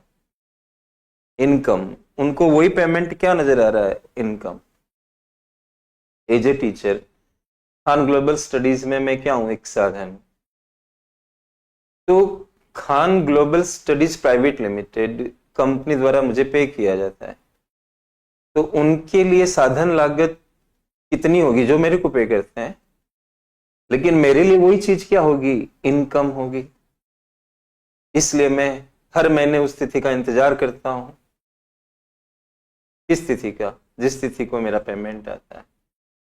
ईगरली इंतजार करता हूं, हर कोई करेगा। लेकिन जो पेमेंट देता है वो ये सोचेगा कि ये डेट बहुत जल्दी आ जाती है, अब ये भी ट्रांसफर करना होगा। तो तो फिनोमिना वही है, पर्सपेक्टिव डिफरेंट है। एक ही, जैसे हम एक्सपोर्ट करते हैं, जैसे अमेरिका को हम एक्सपोर्ट कर रहे हैं, और आपको ये भी पता है कि सबसे ज्यादा एक्सपोर्ट हम अमेरिका को ही करते हैं। अमेरिका को हम एक्सपोर्ट करें तो हमारे लिए एक्सपोर्ट है, लेकिन उनकी निगाहों से वो क्या है, इंपोर्ट है। अगर आप दुनिया के कुल निर्यात कितने हुए हैं उनका पता लगा लेते हो, तो मेरी राय है आपसे कि आप ये पता मत लगाना कि दुनिया में आयात कितने हुए हैं, मत लगाना पता, क्योंकि टाइम खराब होगा। अगर आपको ये पता है कि दुनिया में निर्यात कितने हुए हैं तो उतने ही आयात हुए होंगे।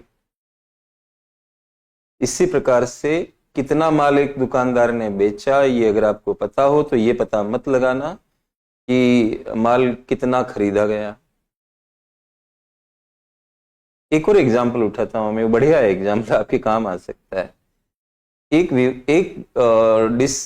डिस्कशन हमारे भारत में हमेशा रहा है, ध्यान से सुनेंगे आप, कि क्या हम लोगों को कैश ट्रांसफर कर दें खाते में, सस्ता अनाज या कुछ भी देते हैं हम लोग, और अनाज को भौतिक रूप में उनको या तो जीरो रेट पे या कम रेट पे देते हैं, अनाज भौतिक रूप से उपलब्ध करवाते हैं। तो एक काम करते हैं कि उनके खाते में हम पैसा भेज दें, अनाज हम कहें कि आप कहीं से भी ले लो, हम अमाउंट भेज देते हैं। इसको हम कहते हैं cash transfer model.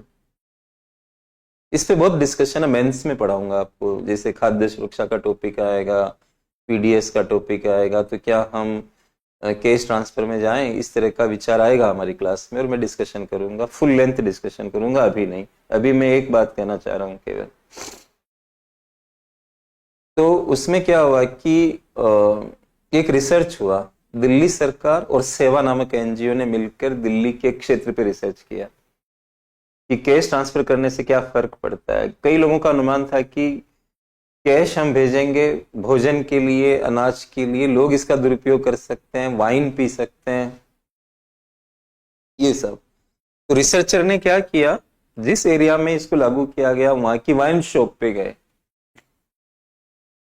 Wine shop पे जाके उन्होंने ये पता लगाया कि वाइन कितना बेचा जा रहा है, कितनी बिक्री का स्तर है, पता लगा लिया उन्होंने। फिर कैश ट्रांसफर को लागू किया, और उसके बाद में फिर रिसर्च करने गए। तो वो खरीदने वालों के पास नहीं गए कि आप शराब पीते हो कि नहीं पीते हो, कितना शराब यूज करते हो, वो बेचने वाले के पास गए, और उनको ये पता लगा कि वाइन सेल में कोई चेंज नहीं हुआ। तो उन्होंने ये अनुमान लगा लिया कि अगर वाइन सेल में चेंज नहीं हुआ तो कैश ट्रांसफर की वजह से लोग ज्यादा वाइन नहीं पी रहे, क्योंकि ज्यादा खरीदा नहीं गया जब सेल ज्यादा नहीं हुआ। तो इसका मतलब आप किसी एक चीज से दूसरे का अनुमान लगा सकते हो, मैं ये बात उठाना चाह रहा हूं। तो अगर आप उत्पादन की साधन लागत पता लगा लो कि कोई भी चीज की उत्पादन में साधनों को पेमेंट कितनी हुई, तो आपको ये भी पता लग जाएगा कि साधनों को इनकम कितनी मिली। राइट, आपको अगर इनकम पता लगानी हो तो। और साधन लागत भी आसानी से पता नहीं लग पाती है। तो हमारे पास जो आंकड़ा होता है वो मार्केट प्राइस वाला होता है कि ये पेन कितनी मार्केट रेट का है, और फिर इसमें हम प्लस माइनस करके साधन लागत पे जाते हैं ताकि हमें साधन आय का पता लग सके। ये मूल में बात है। सूत्र हम लिखते हैं, फिर मैं समझा दूंगा आपको, पहले सूत्र पे जाते हैं। मुद्दा लेकिन सिर्फ ये है कि हम लोगों की आय पता लगाना चाह रहे हैं और इनडायरेक्टली पता लगाना चाह रहे हैं। तो इसका सूत्र आप लिखेंगे एरो बना के। अगले पेज पे जा रहा हूं। आपके पास एनएनपी एमपी है। तीसरे जब कुछ भी नहीं लिखा हुआ हो तो आप एमपी समझो उसे।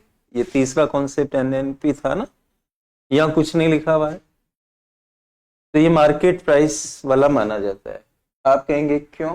क्योंकि इसके अंदर जीडीपी अंतर्निहित है। क्योंकि आप ग्रेजुअली ऐसे आए हो, मतलब कैसे आए हो मैं बता देता हूँ। ये तो चित्र वगैरह बने हुए हैं, इसको यहीं पे आप सबसे पहले क्या निकाले थे, जीडीपी, वो किस पर आधारित था, मार्केट प्राइस बेस्ड, राइट। फिर इसमें आपने प्लस क्या किया, ए माइनस बी, तो आपको क्या मिला, जीएनपी। तो ये मार्केट प्राइस बेस्ड है, तो ये भी मार्केट प्राइस बेस्ड हुआ, केवल ये अलग है बस। फिर इसमें से आपने डेप्रिसिएशन माइनस किया, तो बचा क्या, एनएनपी, लेकिन है वो मार्केट प्राइस बेस्ड। और एक ट्रिक और दे रहा हूँ, जीडीपी के यहाँ कुछ नहीं लिखा हुआ, मार्केट प्राइस वाला मानना है। जीएनपी के यहाँ कुछ नहीं लिखा हुआ, मार्केट प्राइस मानना है। एनएनपी में कुछ नहीं लिखा हुआ, मार्केट प्राइस मानना है। राइट, तो इसको तो मैं मिटा दे रहा हूँ, ये तो आपको एक्स्ट्रा बताया। हमारा सूत्र चल रहा है ऊपर।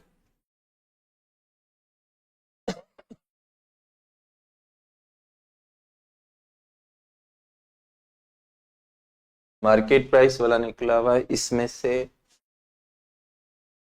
टैक्स हटाने हैं। टैक्स वो जो वस्तु पे लगते हैं उनको हम कहते हैं indirect tax.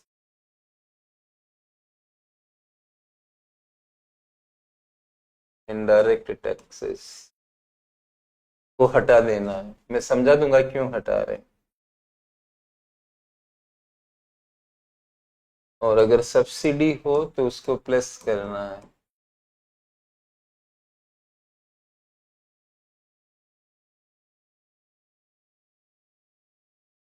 Market price main है, उसमें मार्केट प्राइस को टैक्स ऊंचा कर देते हैं। जीएसटी वगैरह लगा हुआ तो मार्केट प्राइस साधन लागत से ज्यादा हो जाती है। मार्केट जितना आपको इस मार्केट को बनाने में कॉस्ट आई है, उससे ज्यादा आप कीमत पे जाओगे टैक्स की वजह से। आपको जाना है लागत के ऊपर, जो बढ़ा रहा है उसको माइनस करोगे आप। और सब्सिडी क्या करता है, कम कर देता है। जैसे आप इलेक्ट्रिक व्हीकल्स के लिए आजकल अखबारों में पढ़ रहे होंगे कि हम इलेक्ट्रिक व्हीकल्स को प्रमोट करना चाहते हैं। और इलेक्ट्रिक व्हीकल्स की साधन लागत अगर आप देखें, उसमें कौन कौन से साधन इस्तेमाल होते हैं। गाड़ी आपको बनानी पड़ेगी, उसमें लोहा भी एक साधन जैसा हो गया, कच्चा माल, टायर है, बैटरी है, और लिथियम वगैरह, कॉपर, बहुत सारी चीजों को करके वो गाड़ी बनती है। मान लो ये गाड़ी 7 लाख रुपए की, 9 लाख रुपए की आ रही है, मार्केट रेट बना रहे हो आप, टैक्स नहीं लगाते हो तो भी वो 9 लाख रुपए की पड़ती है। अब आपको इसे फेमस करना हो तो आप क्या करोगे, 9 लाख तो बनाने की कॉस्ट है और लोग इस पर नहीं लेना चाह रहे हैं, तो आपने 50% सब्सिडी दे दी तो मार्केट रेट लागत से आधी हो गई है इसे। जबकि आपने साधनों को ज्यादा पेमेंट करी, रेट कम हो गई, क्योंकि आपने देश की प्रोडक्शन बाजार मूल्यों पे लगाई। बाजार मूल्य ये है तो कम दिख रहा है। साधनों को इनकम ये नहीं मिली, ये वाली मिली। तो आप ये कितना नीचे आया, 50% की वजह से, वो उतना जोड़ दो तो ये बराबर आ जाएगा। ये पॉइंट है यहाँ पे। एक और न्यूमेरिकल में ले लूंगा, उससे आप समझ जाओगे इसको। तो net national product at market price में से इनडायरेक्ट टैक्स हटा दोगे, सब्सिडी जोड़ दोगे, तो आपको ये मिल जाएगा। इसका एक और सूत्र बन सकता है, एक और तो और लगा दें यहाँ पे, और NNPMP minus net indirect taxes.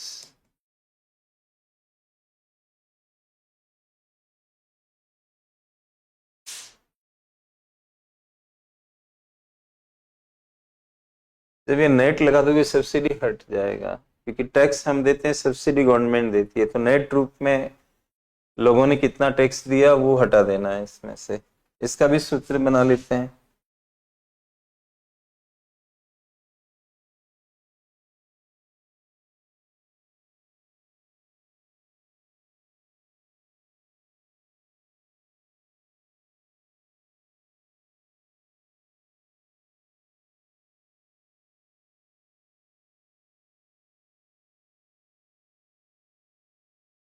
Indirect taxes minus subsidy, थोड़ा ध्यान से पढ़ो इसे आप। तो देखो, मैं कुछ नहीं कर सकता, इनका जो भी है वो आपके सामने है। इनको और सरलतम ढंग से प्रस्तुत नहीं किया जा सकता, और हमें टॉपिक में आना पड़ेगा। बहुत भूमिकाएं नहीं बना सकते, बहुत ज्यादा लंबी भूमिकाएं बनाते रहें। आप बार बार पढ़ो इसे, रिवाइज करो इसे, ध्यान रखो, थोड़ा समझो, एकदम कुछ नहीं होता है। और कई बार कई बच्चे बिल्कुल नहीं पढ़े हुए होते हैं तो उनको समस्या आती है। तो निदान क्या है उसका? बार बार सुनो, समझो वीडियो है आपके पास तो उनको थोड़ा सा फिर से रिपीट कर लो और कॉमन सेंस से चलो, राइट। और एक न्यूमेरिकल भी मैं ले लूंगा। देखो ये थोड़ा लंबा पड़ रहा है, इसको छोटा किया जा सकता है इसे। जैसे कैसे होगा कि देखो टैक्स हम देते हैं सरकार को, हम पेमेंट कर रहे हैं, लेकिन सरकार उसका एक पार्ट हमें वापस भी करती है ना सब्सिडी के रूप में। तो वो वापस दे रही है, उसको माइनस कर लो जो आप दे रहे हो, तो नेट में सरकार को कितना दे रहे हो। तो इसमें क्या हो गया, इनडायरेक्ट टैक्स जो आप गवर्नमेंट को दे रहे हो, वस्तु सेवा पे जो कर लगते हैं उनको इनडायरेक्ट कहते हैं।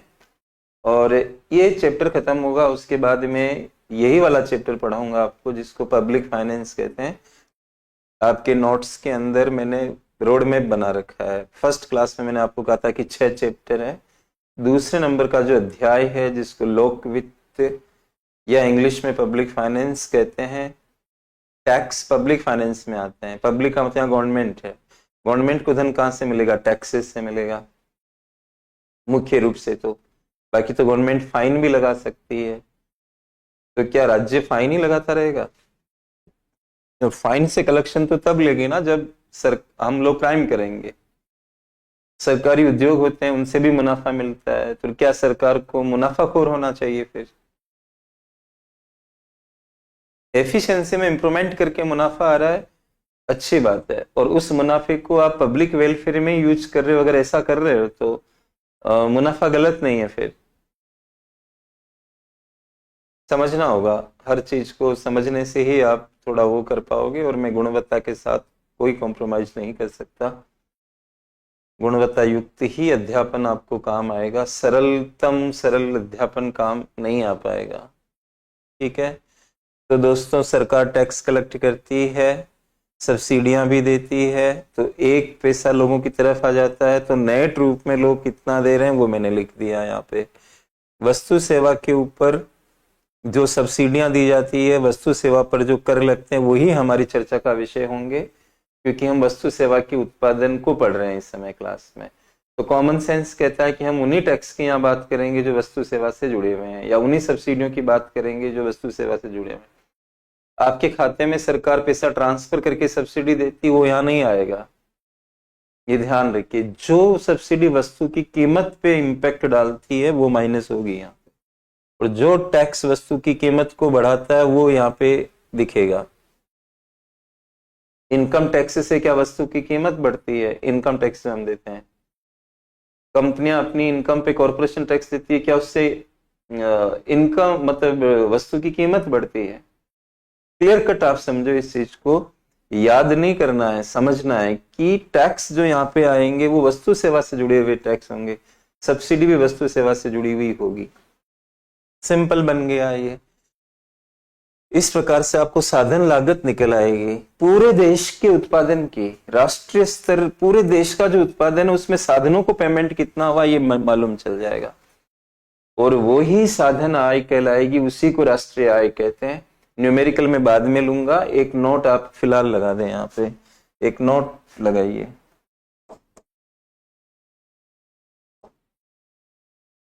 नोट में लिखिए, एक महत्वपूर्ण बात लिखिए नोट के अंदर।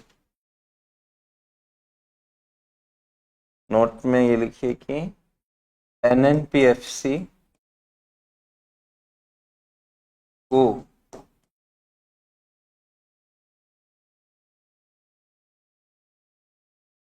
निम्न नामों से भी संबोधित किया जाता है।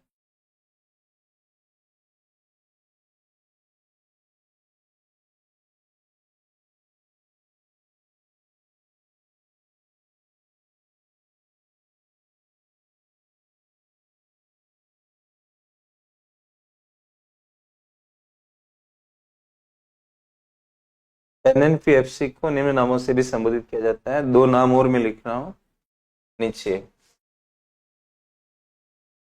फर्स्ट लिख रहे हैं हम एनएनआई, फुल फॉर्म कर दीजिए नेट नेशनल इनकम।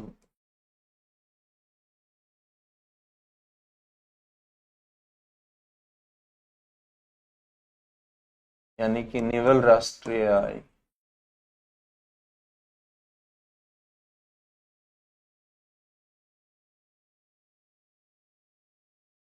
अब ये क्या वर्ड बन गया? राष्ट्रीय आय बन गया है। उत्पादन से आय की तरफ पारगमन हो रहा है। दूसरा और लिखें, एन आई, केवल एन आई भी कह सकते हैं।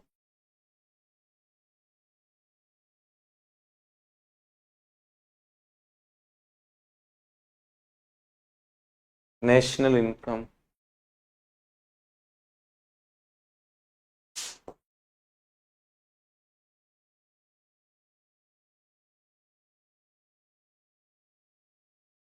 राष्ट्रीय आय। अब आप समझो, सही मायने में आय यहाँ पे क्या, जो लोगों को पैसा मिल रहा है। लेकिन आप ये भी समझ गए हो कि वस्तु सेवा के उत्पादन से ही तो हम आय पे पहुंचे हैं। तो ये बात क्लियर हो जानी चाहिए कि बिना उत्पादन की आय संभव नहीं है। और राष्ट्रीय आय में वही आय पढ़ी जाती है जो उत्पादन से पैदा हुई हो। कई बार कुछ आय ऐसी होती है जो उत्पादन से पैदा नहीं होती है, जैसे कि बेरोजगारी भत्ता। बेरोजगार लोगों को बेरोजगारी भत्ता मिल रहा है, वो राष्ट्र की आय, राष्ट्रीय आय में काउंट नहीं होता है। एक कॉन्सेप्ट होता है पर्सनल इनकम, जो आपको नहीं पढ़ना है यूपीएससी पॉइंट ऑफ व्यू से। वो पर्सनल इनकम में आता है। बेरोजगारी भत्ता मिल रहा है आपको, तो बेरोजगार हो इसका मतलब आप कोई प्रोडक्शन प्रोसेस में इन्वॉल्व नहीं हो, कहीं ना कहीं काम नहीं कर रहे आप। वृद्धावस्था पेंशन मिल रही है, मातृत्व लाभ मिल रहा है, ये सब क्या है? प्रोडक्शन बेस्ड नहीं है ये। बहुत ध्यान से आप समझे कि राष्ट्रीय आय में वही इनकम लोगों की आएगी जो कहीं ना कहीं उत्पादन से पैदा कर रहे हैं उसे। अब मैं एक न्यूमेरिकल से आपको बता देता हूं कि जो भी मार्केट प्राइस और ये सारी बातें जो मैंने की, टैक्स जुड़ा हुआ रहता है, माइनस क्यों करते हैं, सब्सिडी वगैरह, इसका एक एग्जाम्पल उठाते हैं हम लोग। कई तरह के साधन उत्पादन में इस्तेमाल होते हैं। जैसे मान लीजिए मैं एक साधन यहाँ पे लिख रहा हूँ, लेबर। ये आपकी समझाने के लिए है। दूसरा साधन है जैसे कि कैपिटल। इन साधनों को क्या क्या पेमेंट होती है उनके नाम भी लिखूंगा मैं, लेबर, कैपिटल। तीसरा मान लीजिए बिल्डिंग है।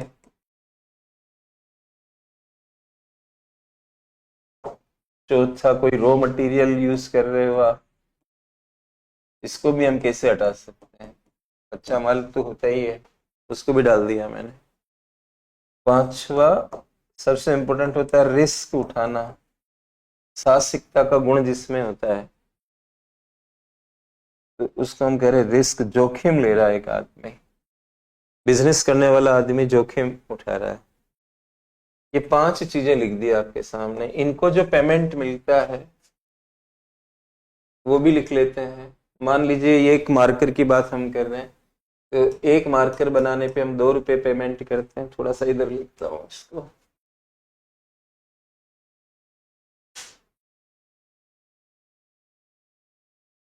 इसका नाम भी होता है, वो भी लिख देते हैं आप चाहो तो। इसको मजदूरी देते हैं, तो उसको वेजेस कहते हैं मजदूरी को। और इसके आगे मैंने लिख दिया ₹2, मजदूरी को वेजेस कहते हैं। कैपिटल पे कोई ब्याज मान लेते हैं, इंटरेस्ट। हमारी पूंजी हो, बैंक से ली हो, हमारी हो, हम अगर बैंक में जमा कराएंगे तब भी तो ब्याज मिलेगा।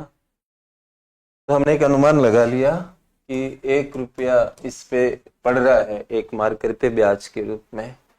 भवन के लिए हम क्या देते हैं? रेंट देते हैं। मान लीजिए वो रेंट 1 रुपया मान लेते हैं। कच्चे माल का तो कोई नाम नहीं होता, केवल कॉस्ट लिख सकते हो। तो मैंने यहाँ कॉस्ट लिख दी कच्चे माल की, 3 रुपये मान लिया। कुछ भी मान सकते हो, आपको जो लिखना आप लिख सकते हो। और रिस्क को बदले में प्रॉफिट चाहिए, तो यह हमने लिख दिया प्रॉफिट। ये भी एक पेमेंट है, देखो खास इसकी जोड़ी कहां बना रहे हैं? पेमेंट्स में बना रहे हैं। ये भी एक पेमेंट है। कई बार आपने दुकानदारों को देखा होगा, मेरे को इतना मुनाफा नहीं मिलेगा, मैं काम नहीं करूंगा। इसका मतलब खुद को पेमेंट कर रहा है बिजनेस में टिके रहने के लिए। तो जिसको आप समझते हो कि प्रॉफिट एक्स्ट्रा चीज है, उसको हम क्लास में क्या समझ रहे हैं? एक साधन को दिया गया भुगतान है। साधन यहाँ पे क्या है? रिस्क। वो बदले में क्या ले रहा है? प्रॉफिट। तो ये भी एक फैक्टर हुआ, और ये फैक्टर पेमेंट हुआ। पेमेंट होने से हम इसको कॉस्ट जैसा समझेंगे। इसको हमने 3 रुपए मान लिया गणित को सिंपल करने के लिए। 3 और 3 6, 2 और 2 4, 10 हो जाते हैं। अब मैं इसके नीचे वो एक गणित करते हैं ताकि आपको समझ आए कि प्राइस कैसे आती है, कीमत, मार्केट प्राइस, फैक्टर कॉस्ट। अब मैं आपको कहूं कि टोटल फैक्टर कॉस्ट यानी साधनों को टोटल पेमेंट कितना हुआ, तो आप क्या लिखोगे? 10 ही तो लिखोगे। और प्रॉफिट भी आ रहा है इसमें। अगर कोई टैक्स नहीं हो, नहीं इस पर सब्सिडी हो, तो मार्केट प्राइस क्या होगी? 10। एक्स्ट्रा प्रॉफिट की बात मत करो आप, प्रॉफिट इसमें आ चुका है। बहुत ध्यान से समझने की आवश्यकता है। एक को समझा सबको समझा। एक चीज समझ लो आप कि हम मार्केट प्राइस, देखो आप किसी को ये पूछने जाओगे कि आपको कितनी इनकम मिलती है, कोई नहीं बताएगा। मैं भी नहीं बताऊंगा अगर आप मेरे से पूछोगे तो। कोई नहीं बताएगा। और वैसे भी भारतीय और अन्यत्र कहीं समाजों में क्या माना जाता है? किसी को इनकम नहीं पूछनी चाहिए। ये सभ्यता मानी गई, ये संस्कृति मानी गई कि किसी व्यक्ति को आप उसकी इनकम ना पूछें। हालांकि एक अलग बात है कि कई लोग चलाकर अपनी इनकम बताते हैं, वो तो एक अलग बात है, क्योंकि उनकी इनकम ज्यादा होती है तो वो दिखाने का प्रयास करते हैं। तो इनकम मत पूछो, और पूछोगे तो मात खाओगे, क्योंकि सामने वाला व्यक्ति कई कारणों से आपको नहीं बताएगा। क्या पता आप इनकम टैक्स ऑफिसर हो, वो कहेंगे आपको क्या मतलब है मेरी कितनी इनकम है? तो इनकम कोई बताएगा नहीं। चलो, या तो फंस गए आप कि भाई पूरे भारत के लोगों का राष्ट्रीय आय पता लगानी, तो उनकी इनकम पता लगानी पड़ेगी, और वो आपको कभी नहीं मिलने वाली। कुछ लोग जानबूझ के ज्यादा भी बता देते हैं, मिलते 20,000 है, बताते 1,00,000 रुपए की सैलरी मिलती है मुझे। अपनी इमेज को सेव करने के लिए लोग ऐसा करते भी हैं। कुछ लोग जानबूझ के कम बता देते हैं कि कहीं टैक्स का चक्कर ना पड़ जाए, तो आपको पता ही नहीं लगेगा कि क्या है। अब आप, वो लोग कई काम करते हैं तो फैक्टर कॉस्ट पता लगाओ, फिर वो कहेंगे भाई आपको क्या मतलब है फैक्टर कॉस्ट, हम किसको क्या पे कर रहे हैं, आपको क्या लेना देना है? ये अंदर की बातें हैं। और हम लोग भी एग्रीमेंट साइन करते हैं, जिससे खान ग्लोबल स्टडीज के साथ है, तो उसमें साफ साफ लिखा हुआ है एग्रीमेंट में कि कोई भी पार्टी ये जो भी एग्रीमेंट की शर्तें और अन्य बातें, इनको डिस्क्लोज नहीं करेगी, सीक्रेसी मेंटेन करेगी। और जो सीक्रेसी को तोड़ेगा तो उसको पेनल्टी लगेगी। इस तरह की बातें भी एग्रीमेंट में लिखी हुई है। तो है ही नहीं। लेकिन एक चीज खान ग्लोबल स्टडीज आपको बता सकता है। एक स्टूडेंट फोन कर रहा है कि सर मैं नागपुर से बोल रहा हूँ, मैंने आपका बहुत नाम सुना है, तो मेरे को कोचिंग करनी है आपके यहाँ, क्या फीस लगेगी? वो कहेंगे हमारी वेबसाइट पे चले जाओ, सारे फीस वहां पे दिए हुए। तो फीस डिक्लेयर की जाती है, पब्लिक एमआरपी कोई भी चीज की ऊपर लिखी हुई रहती है, तो वो तो सबसे इजीली अवेलेबल डेटा है आपके लिए। अब एमआरपी से आप फैक्टर कॉस्ट पे जा सकते हो। इसकी एमआरपी क्या होगी? 10 रुपए, मतलब मार्केट प्राइस 10 रुपए होगी, क्योंकि टैक्स वगैरह कुछ है ही नहीं। टैक्स सूत्र तो वही रहेगा, माइनस टैक्स प्लस सब्सिडी, तो दोनों 0 0 हैं। टैक्स को माइनस करोगे तो टैक्स की वैल्यू क्या है? 0। सब्सिडी की वैल्यू 0 प्लस, तो आपकी वैल्यू क्या आएगी? 10। तो 10 फैक्टर कॉस्ट मार्केट प्राइस के बराबर ही फैक्टर कॉस्ट है। अब फैक्टर कॉस्ट आपको 10 पता लगी। अब आप ये पता लगाओ कि क्या फैक्टर कॉस्ट के बराबर फैक्टर इनकम है। तो आप इनसे पता लगाओगे तो सब आपको ये बताएंगे। ये कहेगा मेरे को 2 रुपए मिले, ये कहेगा मेरे को 1 मिला, ये कहेगा 1 मिला, ये कहेगा 3 मिला, ये कहेगा 3 मिला, टोटल जोड़ोगे 10 मिलेंगे। एक छोटे से केस में आप इस बात को समझ पा रहे हो शायद कि अगर हम फैक्टर कॉस्ट का पता लगा लें तो हमें फैक्टर इनकम पता लग जाएगी अपने आप ही, क्योंकि फैक्टर कॉस्ट ही फैक्टर इनकम होती है। लेकिन दोनों के साथ समस्या है कि इसका डेटा नहीं मिलता, डेटा मिलता है मार्केट प्राइस का। तो हम मार्केट प्राइस और इनकी कनेक्शन पढ़ लेंगे तो हम उसको प्रोसेस करके अनुमान लगा सकते हैं। इसका मतलब यहाँ पर मार्केट प्राइस भी 10 होगी और फैक्टर कॉस्ट भी 10। ठीक है, टैक्स और सब्सिडी नहीं है तो मार्केट प्राइस फैक्टर कॉस्ट बराबर होंगे। अब दूसरा इसमें हम करते हैं, मान लीजिए यहाँ पर हम जीएसटी लगा देते हैं, जीएसटी एट द रेट 10%, तो इसमें 1 रुपया प्लस हो जाएगा, तो मार्केट प्राइस क्या हो जाएगी 11। तो मार्केट प्राइस है ये, एमपी है ये। अब मार्केट प्राइस और फैक्टर कॉस्ट में डिफरेंस आ गया और आपको पता है कि टैक्स वो डिफरेंस पैदा कर रहा है। अब आपको कहा कि देश का वो निकालिए उत्पादन मार्केट प्राइस पे, तो यही तो मिलेगा आपको। अब साधनों को कितना मिला, साधनों को तो यही मिला। तो ज्यादा कौन कह रहा है मार्केट प्राइस को, टैक्स, तो टैक्स को हटा दो तो आपको वो मिल जाएगा। उल्टा भी समझ सकते हैं, ये तो एक जीएसटी का लिया मैंने, अब सोचो जीएसटी नहीं है, हटा दे रहा हूं मतलब, और सब्सिडी आ जाती है यहाँ पे।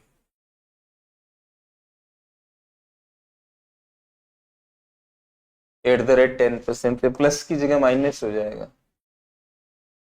मार्केट प्राइस क्या हो जाएगी 9 रुपए। तो आप मार्केट प्राइस से साधनों की आय पर नहीं जा सकते क्योंकि साधनों को 10 मिला, मार्केट प्राइस 9 है, तो सब्सिडी को प्लस करोगे इसमें तो आपको 10 मिल जाएगा। तो कुल मिला के इस पूरे डिस्कशन से हम क्या निष्कर्ष निकाल सकते हैं, ऐसे लिखिए निष्कर्ष। 3 निष्कर्ष हम निकाल सकते हैं। उसमें फर्स्ट है मार्केट प्राइस बराबर होगी फैक्टर कॉस्ट के यदि नो टैक्स नो सब्सिडी।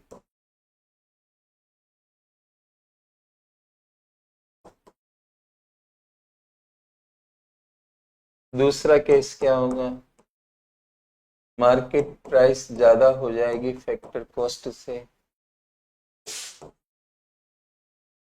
यदि टैक्स है, कौन सा टैक्स, इनडायरेक्ट टैक्स है, ध्यान रखना, ज्यादा हो जाएगी, ज्यादा है तो कम करना पड़ेगा उससे।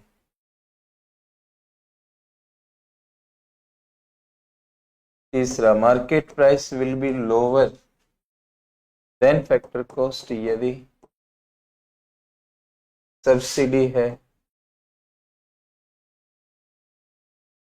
क्या इसमें हमें ऋग्वेद सामवेद यजुर्वेद थोड़ी पढ़ना है, नॉर्मल कॉमन सेंस की बातें हैं, थोड़े विचार की आवश्यकता है।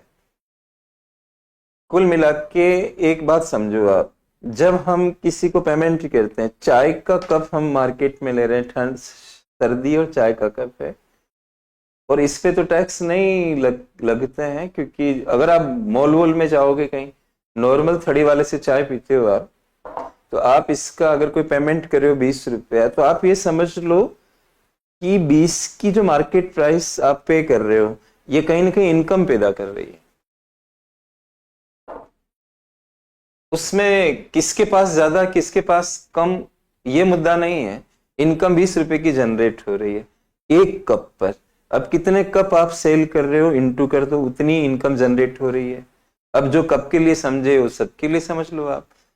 और अखिल भारतीय, हम माइक्रो थोड़ी पढ़ रहे हैं कि एक आदमी की क्या है, हम देश की इनकम पता लगा रहे हैं। और सबसे आसान तरीका इस दुनिया में क्या है, मार्केट प्राइस खुले में हमें मिल जाती है, उसको उठाओ, प्रोडक्शन की वैल्यू पता लगा लो कितनी है, वित्त मंत्री जी से बात कर लो कि टैक्स से आप कितना लोगे, सब्सिडी कितनी दोगे, ये बता दो हमें। वो कह रहे जी हम 100 रुपए टैक्स के लेंगे, 20 रुपए सब्सिडी के दे देंगे। नेट रूप में टैक्स कितने लोगे, 80 रुपए का, तो हमारे से गया वो। तो जो पेमेंट किए जा रहे हैं मार्केट में वस्तुओं को बेचने के क्रम में, जीएसटी जो फर्में दे रही है और सब्सिडी वापस आ रही है, उसको सेट करके आप टैक्स हटा दो उसमें से, नेट रूप में इनडायरेक्ट टैक्स को हटा दो, उतनी देश में इनकम पैदा हुई है। और बाद में इनकम टैक्स वगैरह से हमें मतलब नहीं, वो फिर लगते रहते हैं अलग से। हमने इतना तो पता लगा लिया ना कि देश में लोगों के पास इनकम कितनी हुई। बहुत साधारण सी बात है दोस्तों।